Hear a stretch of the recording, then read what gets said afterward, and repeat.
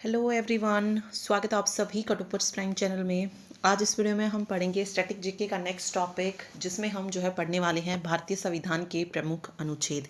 Important topic है, ठीक है। और स्टैटिक जीके में हम ये अलग से जो है लास्ट टॉपिक पढ़ रहे हैं। इसके बाद जो है बाकी के जो इम्पोर्टेंट टॉपिक बचे हैं स्टैटिक जीके के, वो हम जो है एक ही वीडियो में कवर करेंगे, क्योंकि छोटे छोटे टॉपिक्स हैं। एक टेबल के अंदर जो है मतलब एक टॉपिक जो है एक टेबल के अंदर जो है कवर हो जाएगा। तो इस तरीके से जो है वो सारे टॉपिक्स जो है कवर हो जाएंगे। लेकिन जो अलग से करने थे वो जो है आज हमारे खत्म हो जाएंगे। ये लास्ट टॉपिक जो है हमारा बनता है, ठीक। तो मोस्टली हमने वो टॉपिक किए हैं अलग से जो ज़्यादातर एग्जाम में पूछे जाते हैं, मतलब बार बार इन्हीं टॉपिक से जो क्वेश्चन है वो रिपीट होते हैं, ठीक है।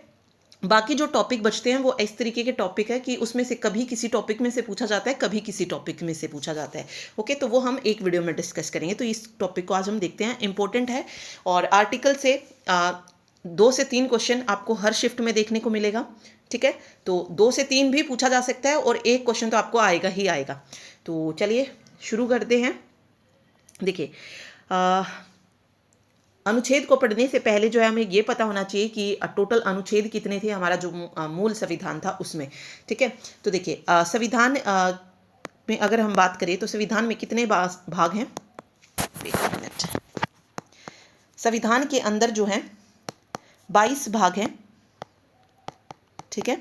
395 अनुच्छेद हैं और 12 अनुसूचियां हैं। अनुसूचियां 8 थी जब संविधान बना था। तो वो जब हम स्टैटिक जीके का जो एक वीडियो में कवर करेंगे तो वहाँ पे ये चीज़ें भी जो है कवर करेंगे कि भाग कौन कौन से हैं, अनुसूचियों में किस में क्या है, वो सब जो है उसमें कवर हो जाएगा, ठीक है। जो 22 भाग हैं इसमें क्या है, यही जो 395 अनुच्छेद हैं ये जो है इसमें बटे हुए हैं 22 भागों में, ठीक है। तो भाग इसमें नहीं करेंगे, हम सिर्फ अनुच्छेद को करेंगे, जो भी हमारे इंपॉर्टेंट आर्टिकल यहाँ से बनते हैं। बस ये आपको पता होना चाहिए था। चलिए देखिए, पहले भाग में अगर हम देखें तो 4 भाग जो इंपॉर्टेंट है, जो बार बार एग्जाम में पूछे जाते हैं, उनको हम देख लेते हैं। देखिए, सबसे पहले भाग 1 है, जिसमें किसके बारे में बताया गया है, संघ और राज्य क्षेत्र के बारे में बताया गया है, संघ एवं उसका राज्य क्षेत्र। इसमें जो है कहां से कहां तक है, आर्टिकल 1 से लेकर आर्टिकल 4 तक जो है संघ इसमें जो है उल्लेख किया गया है, ठीक है। पहला अनुच्छेद यानी कि आर्टिकल 1 क्या कहता है कि जो भारत है वो क्या है, राज्यों का संघ है, भारत राज्यों का संघ है। दूसरा अनुच्छेद कहता है भारतीय संघ के बाहर के क्षेत्र को शामिल करने का प्रावधान, ठीक है। मींस भारत अगर कोई और देश अगर भारत में शामिल होना चाहे तो वो भारत जो है उसको शामिल कर सकता है। इस चीज़ का उल्लेख जो है किसमें मिलता है, आर्टिकल 2 में मिलता है, ठीक है। या फिर इसको आप बोल सकते हैं नए राज्यों का प्रवेश, नए राज्यों का प्रवेश, ठीक है। जिस तरीके से इसका एक एग्जाम्पल आपको अगर देखना है तो वो देख सकते हैं आप सिक्किम को।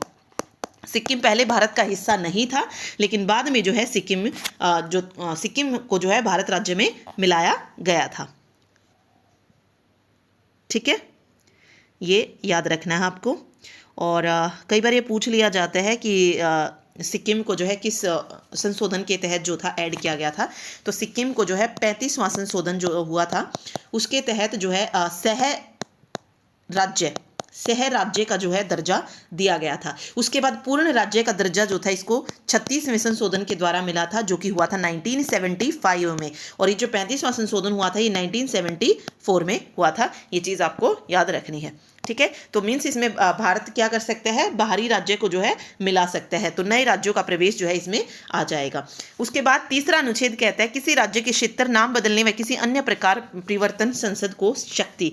इसका मतलब क्या है कि जो संसद है वो नए राज्यों का निर्माण कर सकते हैं, पुराने राज्यों के क्षेत्रफल, सीमा और परिवर्तन कर सकता है। जैसे मतलब एक राज्य में से काट कर जो है दूसरा राज्य जो है संसद बना सकता है, ठीक है। किसी राज्य का नाम चेंज करना है तो वो कर सकता है, ठीक। तो ये चीज़ इसमें है, आर्टिकल 3 में है, ओके। तो इसके पहले 3 जो आर्टिकल है वो आपको याद रखने हैं। चलिए, उसके बाद जो सेकंड आर्टिकल आता है वो आता है नागरिकता। नागरिकता में जो है उल्लेख मिलता है आर्टिकल 5 से लेकर 11 तक। 5 से लेकर 11 तक जो है क्या बनता है, नागरिकता में आता है, ठीक है।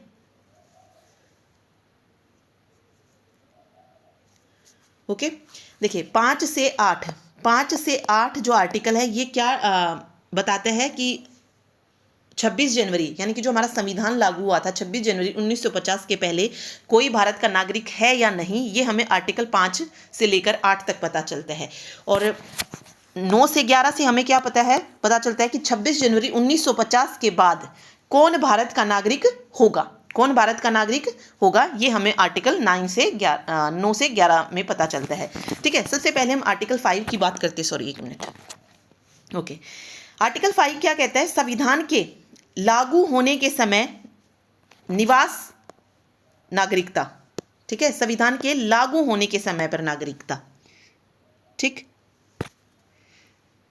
जब संविधान लागू हुआ तो जो यहाँ पे रह रहे थे उनके लिए नागरिकता का प्रावधान क्या क्या है। देखिए, शर्तें क्या क्या थी कि वह व्यक्ति भारत में जन्मा हो, उसके माता पिता में से किसी एक का जन्म भारत में हुआ हो।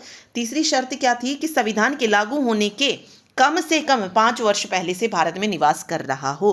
तो ये मैंने आपको पहले ही बता दिया कि 5 से लेकर 8 तक जो आर्टिकल है वो क्या डिफाइन करता है कि 26 जनवरी 1950 के पहले कोई भारत का नागरिक है या नहीं, ये जो है 5 से 8 बताता है। तो 5 में यही बताया गया है कि जो यहाँ पे रह रहा है उसको नागरिकता कैसे दी जा सकती है कि वो या तो भारत में जन्म लिया हो, या माता पिता में से कोई एक जन्म किसी का जन्म भारत में हुआ, या संविधान के लागू होने से कम 5 वर्ष पहले जो है वो क्या हो रहा हो, भारत में निवास कर रहा हो। ये आर्टिकल 5 में है। आर्टिकल 6 है पाकिस्तान से भारत आने वालों के लिए नागरिकता, यानी कि जो लोग पाकिस्तान से भारत आए थे 26 जनवरी 1950 से पहले, उनके लिए नागरिकता है आर्टिकल 6 में। आर्टिकल 7 है भारत से पाकिस्तान, यानी कि क्या हुए, पहले वो भारत से पाकिस्तान गए और फिर वापस पाकिस्तान से जब भारत वापस आए तो उनके लिए नागरिकता का प्रावधान। ठीक है, ये आर्टिकल 7 में है।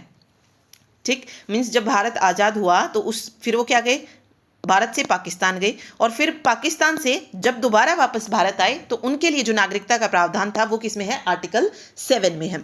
उसके बाद आता है अनुच्छेद 8, वह व्यक्ति जो भारतीय मूल का हो, किसका हो, भारतीय मूल का हो, परंतु संविधान लागू होने के समय वह भारत के क्षेत्र में निवास नहीं कर रहा है, तो भी जो है उसको नागरिकता दी जाएगी, और ये किस में है, आर्टिकल 8 में है। ठीक है, अब आर्टिकल 10 आते हैं। ओके, आर्टिकल 9 में देखिए क्या है, अगर कोई बंदा बाहर जाकर किसी और देश की नागरिकता ले लेता है तो जो भारत की नागरिकता है वो खुद ब खुद क्या हो जाएगी, उसकी समाप्त हो जाएगी। ये आर्टिकल 9 में बताया गया है। ठीक है, तो आर्टिकल 9 आप याद रखिएगा कि अगर कोई बाहर जाकर किसी और देश की नागरिकता ले लेता है तो भारत की नागरिकता उसकी खुद ब खुद खत्म हो जाएगी। ठीक है, अनुच्छेद 10 है नागरिकता अधिकारों की है, ये नागरिकता अधिकारों की निरंतरता। ठीक है, उसके बाद आर्टिकल 11 है कि नागरिकता में कोई भी नया नियम, विधि, कानून अथवा संशोधन केवल संसद, कि नागरिकता में कोई चीज़ अगर जोड़नी है या कोई संशोधन लेके आना है तो वो काम कौन कर सकता है, सिर्फ और सिर्फ संसद कर सकती है। और नागरिकता संशोधन अधिनियम आया था कब, 1955 में। उसके बाद जो है और भी बहुत सारे संशोधन हुए, और अभी प्रेजेंट में हुआ था सीए जो आया है 2019। ठीक है, ये भी क्या है, नागरिकता संशोधन अधिनियम है 2019 का। इसमें जो है 3 देशों के जो माइनॉरिटी हैं, अफगानिस्तान, पाकिस्तान और बांग्लादेश के जो 6 समुदाय हैं, हिंदू, सिख, पारसी, बौद्ध, ईसाई और जैन, इन देशों से जो लोग आते हैं उनको नागरिकता देने से है ये रिलेटेड। ठीक है, तो अभी जो प्रेजेंट में आया है वो सीए जो कि लागू है 2024 में। ठीक है, तो ये याद रखिएगा। चलिए, उसके बाद आता है मौलिक अधिकार। मौलिक अधिकार आते हैं भाग 3 में, किस आर्टिकल से किस आर्टिकल तक, 12 से 35 तक जो है मौलिक अधिकार का उल्लेख इसमें मिलता है। ठीक है, इसमें देखिए पहले जब संविधान बना था तो उस वक्त मूल अधिकारों की संख्या पूछी जाती है, तो उस वक्त मूल अधिकारों की संख्या कितनी थी, 7। अभी वर्तमान में पूछी जाए तो ये संख्या कितनी है, 6 है। ठीक है, याद रखना है। किस अधिकार को हटाया गया, तो संपत्ति के अधिकार को जो था हटाया गया था। किस संशोधन के तहत हटाया गया, तो 44वें संशोधन द्वारा हटाया गया। और 44वां संशोधन कब आया, 1978 में आया। ये पॉइंट याद रखनी है, सारे के सारे क्वेश्चन डीएसएसबी में पूछे जा चुके हैं ये, इसीलिए मैंने जो है आपको यही बताया सबसे पहले। ठीक है, अब देखिए इसमें बाकी के जो 6 अधिकार बचते हैं वो कौन कौन से हैं। सबसे पहले समानता का अधिकार बोलो या समता का अधिकार बोलो इसको, इसमें आता है आर्टिकल 14 से लेकर 18 तक। फिर आता है स्वतंत्रता का अधिकार, अनुच्छेद 19 से 22। शोषण के विरुद्ध अधिकार आर्टिकल 23 और 24 में है। धार्मिक स्वतंत्रता का अधिकार 25 से लेकर 28 में है। शिक्षा और संस्कृति का अधिकार 29 और 30 में है। और संवैधानिक उपचारों का अधिकार अनुच्छेद 32 में है। ठीक है, तो ये जो है क्या है, 6 मौलिक अधिकार हो जाएंगे। अब इनको थोड़ा सा डिटेल में जानना जरूरी है। ये क्वेश्चन एग्जाम में आ चुका है कि अनुच्छेद 12 में किस चीज का वर्णन मिलता है। तो परिभाषा जो है इसकी, राज्य की जो परिभाषा है उसका वर्णन जो है इसमें मिलता है। ठीक है, ओके। अनुच्छेद 13 क्या कहता है कि मूल अधिकार से असंगत कानून जो है वो लागू नहीं होगा। ओके, चलिए, तो इसमें जो है याद रखिएगा, राज्य की जो परिभाषा है ये आर्टिकल 12 में है। ठीक, और आर्टिकल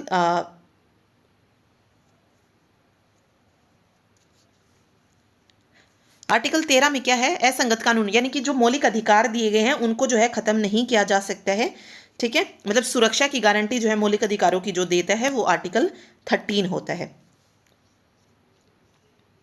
ओके, तो बस ये दो याद रखने हैं आपको। तीसरा क्वेश्चन जो यहाँ से पूछा जाता है कि जो मौलिक अधिकार हैं वो किस देश के संविधान से लिए गए। मौलिक अधिकार किस देश के संविधान से लिए गए हैं।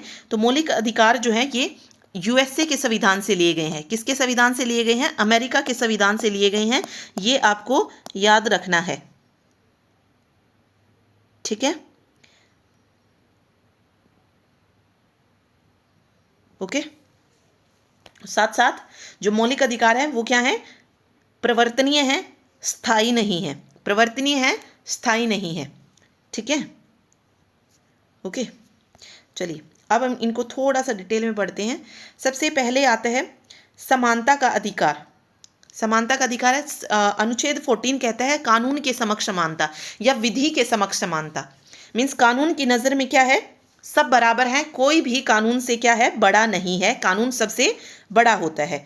ठीक है, ओके। और ये जो विधि के समक्ष समानता है ये किस उससे लिया गया है, ये कई बार पूछ लिया जाता है। तो ये ब्रिटेन के संविधान से जो है इसको ग्रहण किया गया है। ठीक, चलिए अगला आता है आर्टिकल 15। इसमें क्या है, धर्म जाति आदि के आधार पर विभेद नहीं। मीन्स कोई भी राज्य किसी भी प्रश्न से उसके धर्म, उसकी जाति, उसके लिंग या उसके वंश के आधार पर जो है क्या नहीं कर सकता, भेदभाव नहीं कर सकता है। ओके,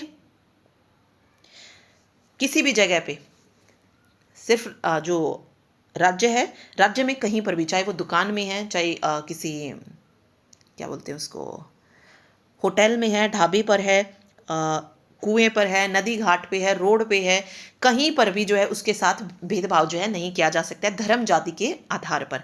ठीक है, आर्टिकल 16 आता है। आर्टिकल 16 में आता है लोक नियोजन के विषय में अवसर की समानता। इसमें क्या है कि जो नौकरी वगैरह मिलती है उसमें भी जो है धर्म जाति वगैरह जो है उसमें उसको लेकर कोई भेदभाव जो है नहीं किया जाएगा। बट इसमें आपको पता है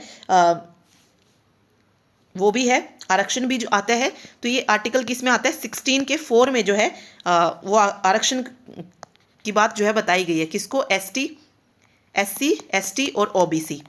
वैसे इसमें ये कहता है कि कोई जो है वो नहीं है, भेदभाव नहीं है धर्म जाति लिंग और उसके आधार पर। बट इसमें ये एक्सेप्शन भी है कि ये आरक्षण भी देता है, जो आरक्षण एससी, एसटी, ओबीसी को दिया गया है। ठीक है, ये 16(4) में है। ठीक, तो ये आपको याद रखना है। उसके बाद आता है अनुच्छेद 17, मोस्ट इंपोर्टेंट है दोनों ही।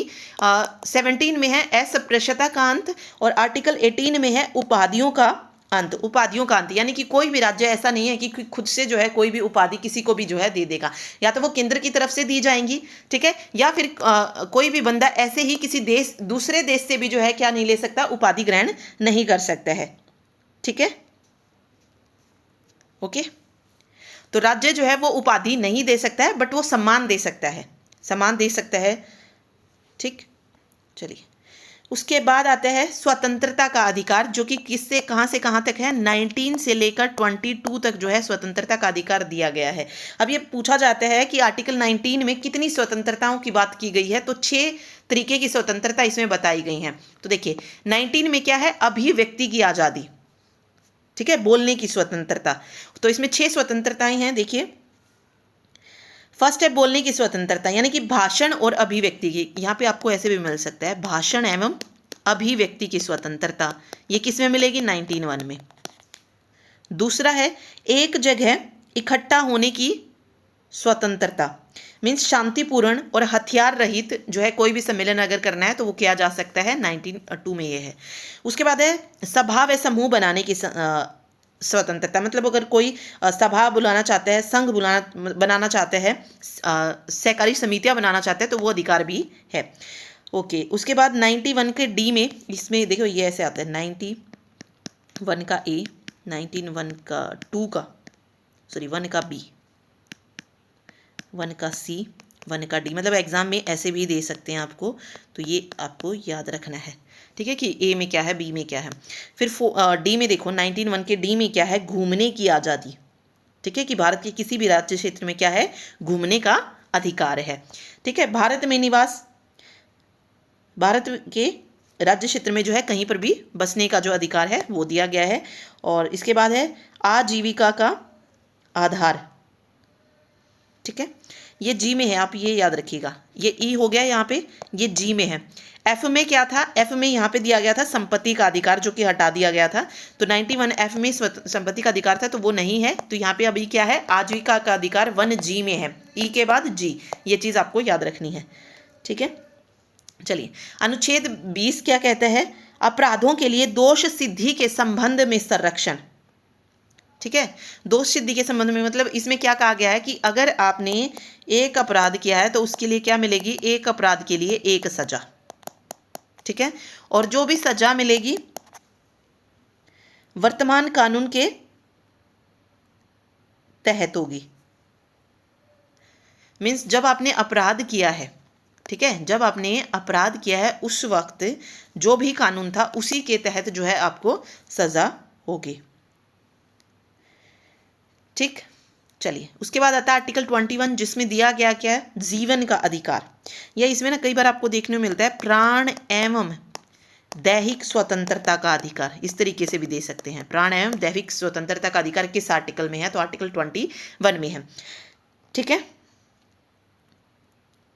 ओके, प्राण एवं दैहिक स्वतंत्रता का अधिकार में क्या है, कि हर किसी के पास जो है सोने का अधिकार है, विदेश जाने का अधिकार है, बिजली का अधिकार है, मतलब अलग अलग तरीके के जो है, मतलब जीवन जीने के लिए जो करना है आपको वो आप कर सकते हैं, जीवन जीने का अधिकार है। आर्टिकल 21A क्या है, 6 से 14 वर्ष के बच्चों को प्राथमिक निःशुल्क शिक्षा का अधिकार। ओके, इसको बाद में जोड़ा गया था और ये संशोधन हुआ था, 86वां संशोधन था जो कि 2002 में हुआ था, और उसके तहत जो था इसको जोड़ा गया था, ये आपको याद रखना है। आर्टिकल 22 है गिरफ्तारी के संबंध में संरक्षण, इसमें क्या है, मतलब कैसे किन परिस्थितियों में गिरफ्तारी हो सकती है वो बताया गया है। देखिए, फर्स्ट इसमें क्या है कि अगर कोई आपको हिरासत में ले रहा है तो उसको हिरासत में लेने का क्या बताना पड़ेगा, आपको कारण बताना पड़ेगा कि क्यों उसको हिरासत में लिया जा रहा है। ओके, सेकंड क्या आता है इसमें कि 24 घंटे के अंदर जो है उसको जज के सामने जो है पेश करना होगा, ठीक है। तीसरा है कि वो अपने मनपसंद जो वकील है उससे क्या कर सकता है, सलाह ले सकता है, मीन्स पुलिस जो है उसको लेने से नहीं रोक सकती है, सलाह लेने से, वकील से मिलने से नहीं रोक सकती है, ठीक है, या फिर ऐसे ही नहीं उठा सकती, उसको पहले कारण बताना पड़ेगा कि किस कारण से जो है उसको हिरासत में लिया जा रहा है, और हिरासत में लेने के बाद उसको 24 घंटे के अंदर जज के सामने पेश करना होगा, ठीक है। तो ये गिरफ्तारी से रिलेटेड इसमें बताया गया आर्टिकल 22 में, ठीक।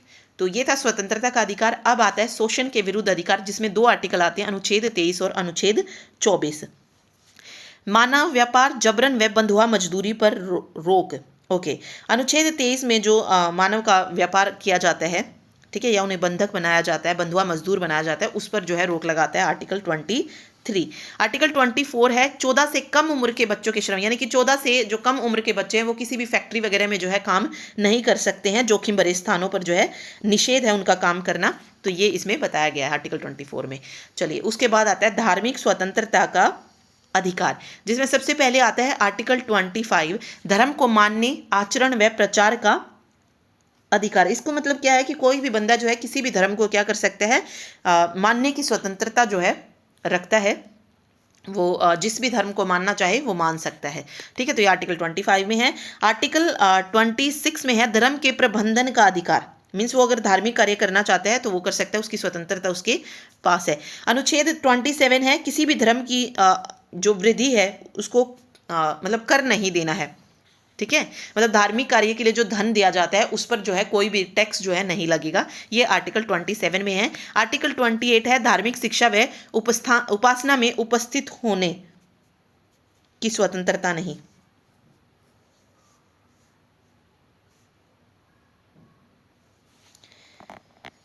ओके, मतलब जो शिक्षण संस्थान है उसमें धार्मिक शिक्षा ना होने की उपस्थिति के बारे में बात हो रही है यहाँ पे। ठीक है, मतलब वो नहीं हो सकती है, तो ये बताया गया है। उसके बाद है स्वतंत्रता, सांस्कृतिक व शैक्षणिक अधिकार या सांस्कृतिक और शिक्षा का अधिकार। ये है आर्टिकल 29 और 30। 29 में है अल्पसंख्यकों के हितों का संरक्षण। ठीक है, और आर्टिकल 30 में है मतलब शैक्षणिक संस्थान खोलने का अधिकार, यानी कि अगर वो अपना संस्थान वगैरह अगर खोलना चाहें तो खोल सकते हैं। तो ये इसमें बताया गया अल्पसंख्यकों के बारे में ही। ठीक है, चलिए उसके बाद आता है आर्टिकल 32, जिसको जो है संविधान की आत्मा कहा था किसने? डॉक्टर भीमराव अंबेडकर ने। ये क्वेश्चन आता है, तो इसको संविधान की आत्मा किसने क्या कहा था? डॉक्टर BR अंबेडकर ने बोला था। और ये संवैधानिक उपचारों का अधिकार है। इसमें जो है रिट जारी की जाती है। कितनी तरीके की रिट जारी की जाती है? 5 तरीके की रिट जो है इसमें जारी की जाती है। ठीक है, अनुच्छेद 32 के तहत जो रिट जारी कर सकता है वो है सुप्रीम कोर्ट, और अनुच्छेद 226 के तहत जो रिट जारी कर सकता है वो है हाई कोर्ट। मतलब हाई कोर्ट में जाके जो है हम अनुच्छेद 226 के तहत जो है रिट जारी कर सकते हैं, और सुप्रीम कोर्ट 32 के तहत जो है रिट जारी कर सकता है। ठीक है, ओके, इसमें अलग अलग तरीके की रिट आती है। जैसे सबसे पहले आती है बंदी प्रत्यक्षीकरण। कौन सी आती है? बंदी प्रत्यक्षीकरण, जिसका मतलब क्या होता है? मतलब कई बार पूछ लिया जाता है, शरीर प्राप्त करना। एक परमादेश है जिसमें जो है सुप्रीम कोर्ट क्या देती है? आदेश देती है। तीसरा है प्रतिषेध, किसी चीज को रोकना। जैसे सुप्रीम कोर्ट हाई कोर्ट को रोके कि कोई मान लो हाई कोर्ट ने कोई फैसला सुना दिया है तो सुप्रीम कोर्ट उस पर रोक लगा देती है। बहुत सारे मामले आपने ऐसे सुने होंगे, तो वो हो जाएगा। बंदी प्रत्यक्षीकरण क्या था कि अगर किसी व्यक्ति को जो है अवैध रूप से अगर हिरासत में ले लिया गया है तो वो क्या होगा? बंदी प्रत्यक्षीकरण का उल्लंघन होगा। ठीक है, परमादेश मैंने बता दिया कि मतलब ये किसी भी राज्य के विरुद्ध जो है जारी की जाती है, मतलब राज्य के विरुद्ध जारी की जाती है। परमादेश किसी पर्टिकुलर व्यक्ति के खिलाफ नहीं होता है। परमादेश ये राज्य के खिलाफ जो है सुप्रीम कोर्ट जारी करती है। प्रतिषेध यानी कि हाई कोर्ट का जो फैसला है उसको सुप्रीम कोर्ट रोक सकती है। प्रतिषेध हो गया रोकना। प्रतिषेध का मतलब ही क्या होता है? रोकना। परमादेश मतलब हम आदेश देते हैं। ठीक है, उसके बाद तीसरा है उत्प्रेषण। उसमें भी इस तरीके से अगर हाईकोर्ट ने कोई फैसला सुना दिया तो सुप्रीम कोर्ट जो है उसको अगर सुप्रीम कोर्ट को फैसला सही नहीं लगा तो उसको क्या कर सकती है? रोक सकती है। ठीक है, उसको रद्द करके जो है अपना खुद का निर्णय जो है उत्प्रेषण में जो है वो दे सकती है। एक अधिकार परीक्षा होता है कि आपका अधिकार क्या है, ये बताता है। अगर किसी व्यक्ति ने गलत तरीके से किसी सार्वजनिक पद को धारण कर लिया है तो उसके विरुद्ध जो है ये रिट जो है जारी की जाती है। ठीक है, तो ये मौलिक अधिकार जो है यहाँ पे ख़त्म हो जाते हैं। 33, 34 और 35 इतने पूछे नहीं जाते हैं तो उसको याद रखने की ज़रूरत नहीं है। ठीक है, फिर भी बता देती हूँ। जैसे आर्टिकल 35 है लास्ट, अगर मौलिक अधिकारों का कोई उल्लंघन करता है, ठीक है, तो जो दंड होगा उसको निर्धारित करने हेतु जो कानून बनाने की अंतिम शक्ति है वो संसद के पास होगी। ये इस तरीके से आर्टिकल 35 में बताया गया है। और आर्टिकल 35 कहता है कि किसी भी टेरिटरी में मार्शल लॉ जो है लागू है तो वहाँ मौलिक अधिकारों को निलंबित या सीमित करने की भी जो है शक्ति है किसके पास? संसद के पास। अगर सेना कानून जो मार्शल लॉ है अगर वो होता है तो किसी भी टेरिटरी में। ठीक है, उसके बाद आर्टिकल 33 है। इसमें क्या है कि सुरक्षा बल, पुलिस, सेना और इनके जो मौलिक अधिकार हैं उनको सीमित करने की जो शक्ति है वो संसद के पास है। तो ये आर्टिकल 33 में है। ठीक, चलिए उसके बाद आता है राज्य के नीति निदेशक तत्व। राज्य के जो डायरेक्टिव प्रिंसिपल हैं इनका जो वर्णन मिलता है वो मिलता है भाग 4 में। सबसे पहला क्वेश्चन आता है कि इनको किस देश के संविधान से लिया गया है, तो आयरलैंड के संविधान से जो है राज्य के नीति निर्देशक सिद्धांतों को लिया गया है। 36 से लेकर 51 तक जो है राज्य के नीति निर्देशक तत्व मिलते हैं। ठीक है, इसमें सिर्फ इंपॉर्टेंट पढ़ेंगे हम, जैसे आर्टिकल 39A है जिसमें समान अवसर के आधार पर न्याय देना, निःशुल्क कानूनी सहायता देना, गरीबों को अन्याय का शिकार ना होना पड़े, ये आर्टिकल 39 में है। आर्टिकल 40 जो है बताता है ग्राम पंचायतों के गठन के बारे में, मोस्ट इंपॉर्टेंट है, बार बार एग्जाम में क्वेश्चन रिपीट हुआ है। आर्टिकल 41 जो है कुछ मामलों में काम, शिक्षा और सार्वजनिक सहायता का अधिकार हो गया। ठीक है, आर्टिकल 42 में जो मैटरनिटी लीव है उसके बारे में है और मानवीय स्थितियों का प्रावधान इसमें बताया गया है। आर्टिकल 43 मजदूरी और श्रमिकों की निर्वाह योग्य मजदूरी से है। ठीक है, 43A में उद्योगों के प्रबंधन में श्रमिक की भागीदारी बताई गई है और 43B में सहकारी समितियों को बढ़ावा देना जो है कहा गया है। आर्टिकल 44 अगेन मोस्ट इंपोर्टेंट है, समान नागरिक संहिता। ठीक है, आर्टिकल 45 में ओके गड़बड़ है थोड़ा सा, इसमें 0 से 6 वर्ष तक के बच्चों की देखभाल और शिक्षा जो हमने 21A में पढ़ा था वही जो है सेम इसमें आर्टिकल 45 में है। 46 में जो है SC ST और OBC की हितों की रक्षा के बारे में बताया गया है, हितों की अभिवृद्धि है ये, अभिवृद्धि। ठीक है, आर्टिकल 47 पोषण स्तर को उच्च करना और मदिरा निषेध है। आर्टिकल 48 कृषि और पशुपालन के संगठन से रिलेटेड है जिसमें 48A में पर्यावरण के संरक्षण और सुधार को कहा गया है, वन्य जीवों की रक्षा के बारे में कहा गया है। 49 जो है राष्ट्रीय महत्व के स्मारकों और धरोहरों के संरक्षण से रिलेटेड है।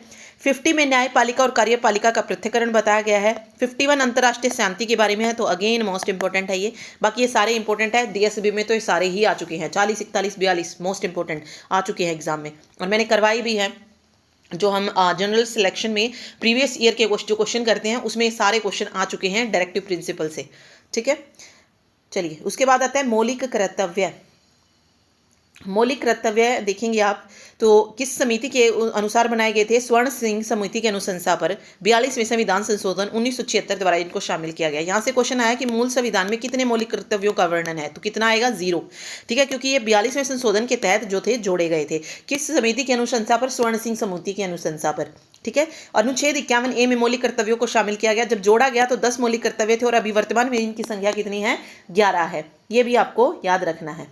ठीक है, चलिए उसके बाद राष्ट्रपति के बारे में 51A तक हमने यहाँ पे पढ़ लिया है। उसके बाद आता है भारत का राष्ट्रपति। राष्ट्रपति से रिलेटेड जो जो इंपॉर्टेंट अनुच्छेद है वो देखते हैं। देखिए आर्टिकल 52 बताता है कि क्या होगा, भारत का एक राष्ट्रपति होगा। भारत का क्या होगा, एक राष्ट्रपति होगा। ये आर्टिकल 52 में जो है इसका वर्णन मिलता है। ठीक है, तो पूछा जाए राष्ट्रपति के बारे में कहाँ पे वर्णन है, तो आर्टिकल 52 में है कि भारत का एक राष्ट्रपति होगा। और हमें पता है एक और क्वेश्चन आता है कि संघ की कार्यपालिका का अध्यक्ष कौन होता है। संघ की कार्यपालिका का अध्यक्ष कौन होता है, तो वो राष्ट्रपति ही होता है। भारत का पहला नागरिक कौन होता है, तो राष्ट्रपति होता है। ये याद रखना है आपको। ठीक है, उसके बाद है अनुच्छेद 53। अब भारत का राष्ट्रपति होगा तो अगले में क्या दे दिया गया है कि उसकी शक्तियां क्या है, वो क्या क्या काम कर सकता है, उसकी कार्यपालिका शक्तियां बता दी है। ठीक है, कि जो कार्यपालिका की शक्तियां वो किसमें निहित होती हैं, राष्ट्रपति में केंद्रित होती हैं। सेनाओं का प्रमुख कौन होता है, ये भी राष्ट्रपति होता है। जल सेना, थल सेना, वायु सेना, इन सब का जो प्रमुख होता है वो राष्ट्रपति होता है। और ये किसमें है, आर्टिकल 53 में है, क्योंकि इसी में राष्ट्रपति की शक्तियां बताई गई हैं। उसके बाद आर्टिकल 54 आता है जिसमें राष्ट्रपति के निर्वाचन के बारे में बताया गया है कि जो राष्ट्रपति निर्वाचित होता है इसमें कौन कौन भाग लेते हैं, तो MP और MLA होते हैं। ठीक है, मीन्स जो निर्वाचित और मनोनीत होते हैं वो सभी MP होते हैं इसमें। साथ में एक वो पूछा जाता है ना कि कौन सी UT के MLA जो है इसमें भाग लेते हैं, तो दिल्ली और पुदुचेरी के जो वो होते हैं MLA, वो भी जो है राष्ट्रपति के निर्वाचन में भाग जो है लेते हैं। ये याद रखना है। उसके बाद 55 आता है निर्वाचन पद्धति। अब देखिए राष्ट्रपति के निर्वाचन में कौन भाग लेगा ये तो बता दिया है, लेकिन उसको चुनने की जो प्रोसेस होती है, पद्धति होती है, वो किसमें है, आर्टिकल 55 में। अब यहाँ से क्वेश्चन आते हैं कि राष्ट्रपति को किस पद्धति के द्वारा चुना जाता है, तो एकल संक्रमणीय पद्धति। देखिए है तो और भी हैं, बट मोस्टली नाम आपको ऑप्शन में यही मिलेगा। ठीक है, अप्रत्यक्ष निर्वाचन भी है, गुप्त रीति भी है, अनुपातिक प्रतिनिधित्व भी है, लेकिन कौन सी यूज की जाती है, एकल संक्रमणीय मत पद्धति का जो है यूज किया जाता है। ठीक, ओके, चलिए आर्टिकल 56 में फिर राष्ट्रपति की जो है पदावधि बताई गई है कि राष्ट्रपति का कार्यकाल कितना होगा, तो 5 वर्ष होगा। राष्ट्रपति जब त्याग पत्र देता है तो किसको संबोधित करता है, तो उपराष्ट्रपति को संबोधित करके जो है राष्ट्रपति त्याग पत्र देता है। फिर आर्टिकल 58 है। 57 में जो है, देखिए 57 यहाँ पे गायब है, तो 57 में राष्ट्रपति के पुनर्निर्वाचन की है। पुनर्निर्वाचन के बारे में है। ऐसा नहीं है कि राष्ट्रपति एक बार बन गया तो वो वापस से राष्ट्रपति नहीं बन सकता, नहीं, वो जितनी बार चाहे राष्ट्रपति का जो चुनाव है वो लड़ सकता है, मतलब जितनी बार चाहे उतनी बार चुनाव जो है वो लड़ सकता है। अभी तक आपको पता होगा जो सर्वाधिक कार्यकाल रहा है राष्ट्रपति के रूप में वो डॉक्टर राजेंद्र प्रसाद का जो है रहा है। ठीक है, ओके, तो ये हो जाएगा। तो ये पुनर्निर्वाचन से रिलेटेड है। 58 में राष्ट्रपति की योग्यता बताई गई है कि योग्यता क्या होगी कि वो भारत का नागरिक होना चाहिए, 35 वर्ष आयु होती है राष्ट्रपति के लिए। ठीक है, साथ में लोकसभा का सदस्य चुने जाने की योग्यता हो, उसमें कोई लाभ का पद उसने धारण ना किया हो, तो ये हो जाएगा राष्ट्रपति की योग्यताएं। ठीक है, 59 इंपॉर्टेंट नहीं है, उसमें राष्ट्रपति के पद की जो है शर्तें बताई गई हैं कि वो किसी भी सदन का सदस्य ना हो जब वो राष्ट्रपति के पद पर है, या उसने भत्ता वगैरह जो है उन्हें ना मिलता हो, ये सब इसमें बताया गया है। इंपॉर्टेंट है 60, राष्ट्रपति की शपथ। राष्ट्रपति को शपथ कौन दिलाता है? तो सुप्रीम कोर्ट का न्यायाधीश जो होता है वो जो है राष्ट्रपति को शपथ दिलाता है। अब क्वेश्चन आता है कि अगर सुप्रीम कोर्ट का न्यायाधीश नहीं है तब राष्ट्रपति को शपथ कौन दिलाता है? तो उस वक्त वरिष्ठ जो न्यायाधीश होगा वो जो है राष्ट्रपति को शपथ जो है दिलाएगा, ये आपको याद रखना है। ठीक है, चलिए अब आते हैं महाअभियोग। राष्ट्रपति पर महाअभियोग किस आर्टिकल में बताया गया है? आर्टिकल 61 में बताया गया है। ओके, और महाभियोग चलाने के लिए कितने दिन पहले राष्ट्रपति को सूचित करना पड़ता है? 14 दिन पहले जो है राष्ट्रपति को इसकी सूचना दी जाती है। राष्ट्रपति पर महाभियोग किसके द्वारा चलाया जाता है? तो संसद के सदस्यों के द्वारा चलाया जाता है।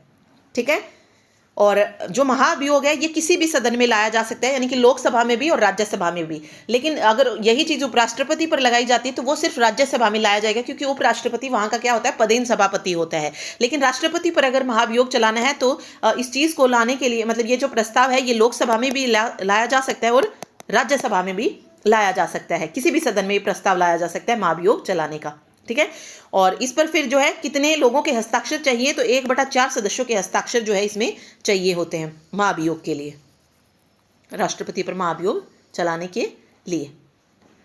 ओके, हस्ताक्षर इतने चाहिए, लेकिन बहुमत कितने का चाहिए? कुल सदस्य संख्या के 2/3 का जो है बहुमत होना चाहिए उसमें, फिर यह हस्ताक्षर होने चाहिए।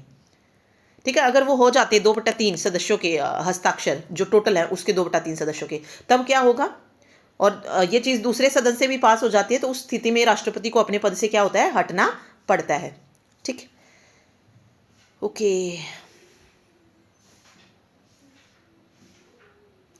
अब और एक चीज़ हमने पढ़ी थी कि एमएलए और एमपी ये जो है राष्ट्रपति के चुनाव में भाग लेते हैं। ये चीज़ आपको याद रखनी है कि जो एमएलए होते हैं वो राष्ट्रपति के चुनाव में तो हिस्सा लेती हैं, लेकिन महाअभियोग में एमएलए हिस्सा नहीं लेते हैं। ठीक है, जो मनोनीत एमपी होते हैं वो चुनाव में भाग नहीं लेते हैं मनोनीत एमपी, लेकिन महाअभियोग में भाग लेते हैं। ठीक है, किस में भाग लेते हैं? महाअभियोग में। ओके, ये राष्ट्रपति के चुनाव में नहीं होते हैं मनोनीत जो एमपीज होते हैं। चलिए, उसके बाद आर्टिकल 72 है जिसमें राष्ट्रपति के पास क्या होती है? क्षमा दान की शक्ति होती है, माफ करने की शक्ति, किसी की सजा को कम करने की शक्ति होती है। ठीक है, 85 में जो है लोकसभा का स्तर, सत्रावसान व विघटन के बारे में बताया गया है। आर्टिकल 123 अध्यादेश जारी कर सकता है, कौन करता है? राष्ट्रपति। तो ये राष्ट्रपति की शक्ति है, तो 123 में इसका उल्लेख है। सुप्रीम कोर्ट से राष्ट्रपति द्वारा किसी मामले पर सलाह, तो ये आर्टिकल 143 में है। तो ये सारे राष्ट्रपति से रिलेटेड जो है हमने इसमें पढ़ लिए हैं। उसके बाद उपराष्ट्रपति आता है। आर्टिकल 63 में उपराष्ट्रपति के पद के बारे में बताया गया है कि उपराष्ट्रपति भारत का जो है क्या होगा? एक उपराष्ट्रपति होगा। 64 में जो है ये बताया गया कि उपराष्ट्रपति जो होगा वो राज्यसभा का क्या होता है? सभापति होगा। 65 में कहा गया कि उपराष्ट्रपति जो है वो राष्ट्रपति के कर्तव्यों का पालन कर सकते हैं, यानी कि अगर राष्ट्रपति नहीं है तो उपराष्ट्रपति उनकी जगह जो है उनके कर्तव्यों का पालन करेगा। 66 में उपराष्ट्रपति के निर्वाचन के बारे में बताया गया है। 67 में इस उपराष्ट्रपति की पद अवधि की कितने समय के लिए होगा। ठीक है, उसके बाद है केंद्रीय मंत्रिपरिषद।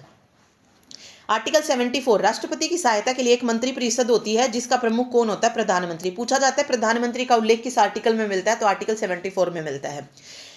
ओके, राष्ट्रपति को सूचित करने संबंधी प्रधानमंत्री के जो दायित्व हैं ये आर्टिकल 78 में मिलते हैं, ये याद रखना है। 74 और 78 ये प्रधानमंत्री से रिलेटेड है। उसके बाद संवैधानिक पद और निकाय बताए गए हैं, जैसे 76 में जो है भारत का महान्यायवादी होगा, ठीक है। ये क्या होता है, सरकार का विधिक अधिकारी होता है, इसका उल्लेख 76 में मिलेगा। नियंत्रक महालेखा जो परीक्षक होता है, ये सरकार के व्यय का लेखा जोखा रखता है, ये आर्टिकल 148 में इसका उल्लेख है। वित्त आयोग जो के बारे में अनुच्छेद 280 में बताया गया है, यूपीएससी के बारे में आर्टिकल 315 में है, और निर्वाचन आयोग किस में है, आर्टिकल 324 में है। और सारे के सारे एग्जाम में आ चुके हैं, मोस्ट इंपॉर्टेंट है। ठीक है, चलिए उसके बाद आता है संसद। संसद का गठन जो है होगा, ये आर्टिकल 79 में है। उसके बाद राज्यसभा के बारे में आर्टिकल 80 में बताया गया, और लोकसभा की संरचना 81 में। तो यहाँ से सरला याद रख लीजिए। ठीक है, संसद, राज्यसभा और लोकसभा। ओके, 89 में राज्यसभा का सभापति बताया गया है, 93 में लोकसभा के अध्यक्ष के बारे में बताया गया है, 100 में विधेयक पर मत बराबरी की स्थिति में निर्णायक मत देने का अधिकार, 105 में संसद की विशेष शक्ति बताई गई है, 108 की संयुक्त अधिवेशन बुला सकते हैं। कौन बुलाता है संयुक्त अधिवेशन? राष्ट्रपति बुलाता है, और उसकी अध्यक्षता कौन करता है? लोकसभा का अध्यक्ष करता है। ठीक है, तो ये आर्टिकल 108 में है। 110 मनी बिल, धन विधेयक, ये लोकसभा अध्यक्ष द्वारा विधेयक पर निर्णय, यानी कि धन विधेयक सिर्फ लोकसभा में पेश किया जाता है, राज्यसभा की उस पर क्या राय है ये कोई मायने नहीं रखता है। ठीक है, तो ये मनी बिल 110 में है। वार्षिक वित्तीय विवरण यानी कि बजट के बारे में बताया गया है आर्टिकल 112 में। वित्त विधेयक 117, मोस्ट इंपोर्टेंट है सारे। ठीक है, उसके बाद सर्वोच्च न्यायालय की बात करेंगे। सुप्रीम कोर्ट का गठन जो है ये किस आर्टिकल में मिलता है? आर्टिकल 124 में। मूल अधिकार क्षेत्र आर्टिकल 131 में। कानून की न्यायिक समीक्षा 137 में। और सर्वोच्च न्यायालय रिट जारी कर सकती है आर्टिकल 32 में। ठीक है, उसके बाद राज्यपाल है। देखिए, अब हमें पता है, देखिए राज्यों में राज्यपाल बड़ा होता है, तो अगर वैसे देखें तो वहाँ पे कौन होता है? राष्ट्रपति और राज्यपाल की जो शक्तियां हैं वो लगभग सेम होती हैं, मतलब अगर हम देखें राज्य और केंद्र के अकॉर्डिंग। ठीक, तो जिस तरीके से 52 में हमने पढ़ा था कौन है? राष्ट्रपति, इसी तरीके से 1 लगा दीजिए, इसके आगे क्या आ जाएगा? राज्यपाल आ जाएगा। दोनों इक्वल लेके चलिए आप। ठीक है, फिर परिभाषा इसमें बताई गई है, इसमें परिभाषा है राज्यपाल की। राज्यों के लिए एक राज्यपाल होगा, ये किस में है? 53 में। लेकिन भारत के लिए एक क्या होगा? राष्ट्रपति होगा, ये 52 में है। ये 52 में है, ये याद रखिएगा। ये थोड़ा सा एक आगे जाके है 153 में कि राज्यों के लिए एक राज्यपाल होगा। अब जो राष्ट्रपति की शक्तियां 53 में थी वो इसके 154 में होंगी, राज्यपाल की शक्ति एक आगे। ठीक है, 155 राज्यपाल की नियुक्ति है, वो 54 में थी नियुक्ति के बारे में। ठीक है, और ये समाधान दे सकता है राज्यपाल किस में? आर्टिकल 161 में। और जो हमने राष्ट्रपति का समाधान की शक्ति थी वो 72 में थी। किसमें थी? 72 में। और राज्यपाल के पास समाधान की शक्ति आर्टिकल 161 में है। ओके, राज्य की मंत्रिपरिषद की बात करेंगे तो 163 मंत्रिपरिषद आ जाएगी, 164 में मुख्यमंत्री की नियुक्ति आ जाएगी, 165 में महाधिवक्ता यानी कि राज्य सरकार का वकील आ जाएगा। राज्य विधानमंडल में जो है आर्टिकल 118 में इसका वर्णन मिलता है। फिर विधान परिषद का गठन और समाप्ति 169 में मिलता है।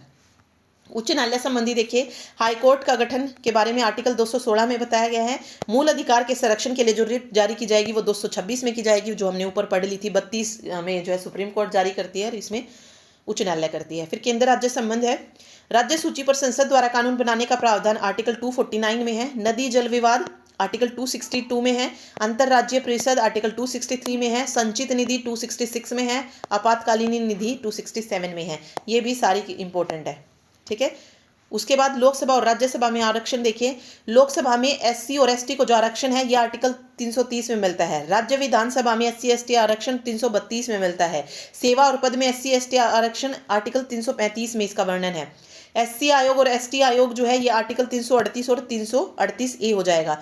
पिछड़ा वर्ग आयोग 103वें संशोधन द्वारा जो था ये जोड़ा गया था, ये 338B में इसका वर्णन है। भारत की राजभाषा लिपि जो बताई गई है, भारत की राजभाषा हिंदी है और लिपि क्या है, ये इसका वर्णन 343 में मिलेगा। 243A से लेकर O तक जो है किसका वर्णन मिलता है? ग्राम पंचायत के बारे में मिलता है। ठीक है, उसके बाद आपातकालीन प्रावधान है, जैसे आर्टिकल 352 में नेशनल इमरजेंसी के बारे में बताया गया। 356 में राष्ट्रपति शासन, जब संवैधानिक तंत्र यानी कि राज्य में कोई सरकार विफल हो जाती है उसमें जो है राष्ट्रपति शासन लगता है। 360 में वित्तीय फाइनेंशियल इमरजेंसी बताई गई है और संविधान संशोधन आर्टिकल 368 में बताया गया है। ओके, तो ये थे इम्पोर्टेंट आर्टिकल, और बाकी जो क्वेश्चंस हैं वो हम कर ही रहे हैं। तो वहाँ पे आप देखेंगे कि ये इन्हीं से जो है मोस्टली, यानी कि जितने हमने इसमें किए हैं ना, ये सारे एग्जाम में आ चुके हैं, ये सारे आर्टिकल एग्जाम में आ चुके हैं DSSB के। ठीक है, तो ये था आज का टॉपिक जिसमें हमने आर्टिकल्स के बारे में पढ़ा है। मिलते हैं नेक्स्ट वीडियो में नेक्स्ट टॉपिक के साथ। Thank you so much. Video पसंद आती है तो वीडियो को लाइक करें, साथ ही चैनल को शेयर और सब्सक्राइब करें।